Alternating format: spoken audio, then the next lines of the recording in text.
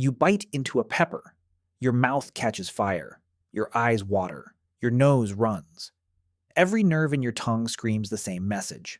Stop. This is poison. Spit it out, but you don't stop. You go back for more. Billions of people do this every single day, on purpose, for pleasure. That reaction you just felt is not an accident. It is a chemical weapon. It was built by a plant to kill you, and somehow ancient humans looked at that warning and decided to eat it anyway. So how did that happen? How did a plant's defense system become one of the most beloved flavors on Earth? The answer starts 6,000 years before written history, and it is stranger than you think. Let's go back, way back, central Mexico. Roughly 6,000 years ago. No cities, no writing, no metal tools, just small bands of hunter-gatherers moving through dry valleys. They eat what they find, roots, seeds, small game, and scattered across the hillsides, wild chili plants. Small, bitter, blazing hot. Almost nothing eats them.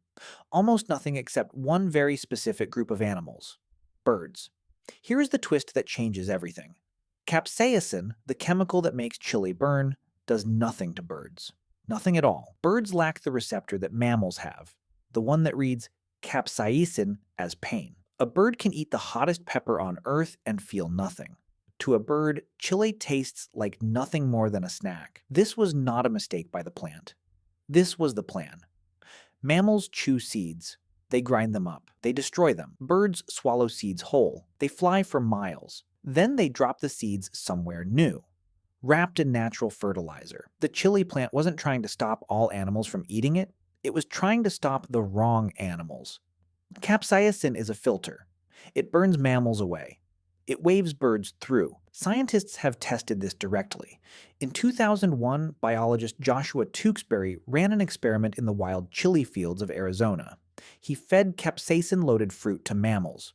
They avoided it completely. He fed the same fruit to birds. They ate it without hesitation. The chemical wasn't random. It was a targeted defense, built by millions of years of evolution, aimed specifically at creatures like you. So if capsaicin was built to repel mammals, how did humans end up loving it? This is where the story gets strange. Humans are mammals. We have the exact same pain receptor birds don't have. It's called TRPV1. It normally detects heat, real heat. A hot stove, boiling water. Capsaicin hijacks that same receptor. It tricks your brain into believing your mouth is on fire. There are no burns. There is no damage. Just a false alarm screaming through your nervous system. By every rule of evolution, humans should have learned to avoid chili completely. Early humans who ate something and felt burning pain should have walked away and never touched it again. That is how avoidance learning works. It kept our ancestors from eating true poison for millions of years. But something broke that pattern, and archaeologists have found exactly when. At a site called Guilá Naquitz in Oaxaca, Mexico, researchers uncovered chili seeds dated to roughly 6,000 years ago. Not wild seeds scattered by accident. Seeds inside a cave, inside human living spaces, alongside squash and beans. Humans weren't just tolerating chile, they were bringing it home. So why would ancient humans choose the pain? One theory comes down to something simpler than you'd expect. Meat spoils fast in hot climates. No refrigeration, no salt in some regions. Bacteria multiply within hours.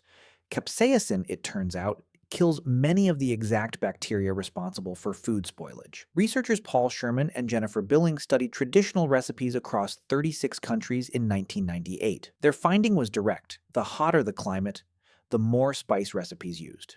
Not by coincidence. Hot regions have more foodborne bacteria. Spice-heavy cooking wasn't about flavor first. It was about survival. But that theory alone doesn't explain everything. Because early humans weren't cooking meat with chili at first. They were eating it raw, straight off the plant, thousands of years before pottery or fire-based cooking became widespread in the region. So there had to be another reason. And this next part is where the story turns personal. Capsaicin doesn't just trigger pain.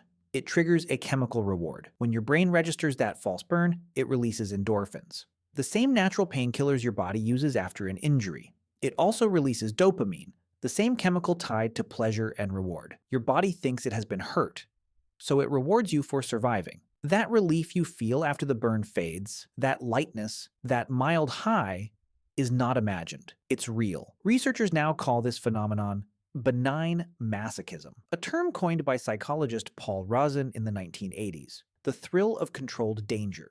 The same reason people ride roller coasters. The same reason people watch horror movies. Your brain knows you're safe, but your body doesn't. And that gap between the two is where the pleasure lives. Rosen ran his own experiments to test this. He found something remarkable. Most animals never learn to enjoy capsaicin, no matter how many times they're exposed. Rats avoid it every single time, but humans are different. Give a human enough repeated exposure in a safe context, and something shifts. The fear fades, the reward stays. Humans are one of the only species on Earth capable of turning a pain signal into a pleasure response through repetition alone. This single trait may explain something much bigger than chili peppers.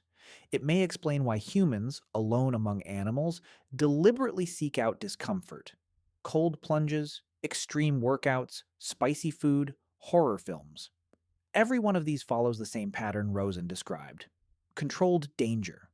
Chili pepper might be the oldest version of that same instinct, going back thousands of years before gyms or roller coasters ever existed.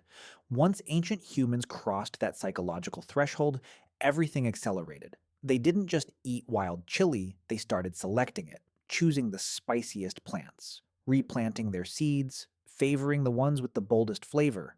This is domestication. Not through machines, not through science. Just generation after generation of humans quietly choosing intensity over mildness. By 1493, Chile had traveled far beyond Mexico. Christopher Columbus encountered it in the Caribbean and brought it back to Spain, believing, incorrectly, that he had found a new form of black pepper. That mistake is why we still call it pepper today, despite Chile having no relation to real peppercorns at all. From Spain, chili spread across Portuguese trade routes, into Africa, into India, into China. Within only a few decades, this small Mexican plant had reached nearly every continent on Earth, faster than almost any crop in human history. And here's the detail almost nobody mentions. India, one of the largest chili-consuming countries on Earth today, had no chili peppers before the 1500s. None. What most people assume is thousands of years of Indian spice tradition is, in reality, only about 500 years old. The chili in your favorite curry traces directly back to a small hillside in Oaxaca, carried across oceans by accident, tucked inside a mistake made by a lost explorer. Which brings us back to the question we started with. Why do you eat something built specifically to hurt you? The answer isn't really about flavor. It's about something deeper in what makes us human. Somewhere in Mexico, 6,000 years ago, someone bit into a wild chili pepper. It burned. It should have ended there. Every instinct in their body should have said never again, but it didn't. They came back, and so did the next person, and the next. Across thousands of years, across every continent, humans kept choosing the burn. That single choice, repeated by millions of people across thousands of years, turned a plant's chemical weapon into one of the most loved flavors on the planet. Tonight, when you reach for hot sauce or bite into a spicy taco, you are repeating an experiment that started 6,000 years ago in a dry valley in Mexico. Ancient humans looked pain directly in the face, and they decided it was worth it. You're still deciding the same thing, one bite at a time.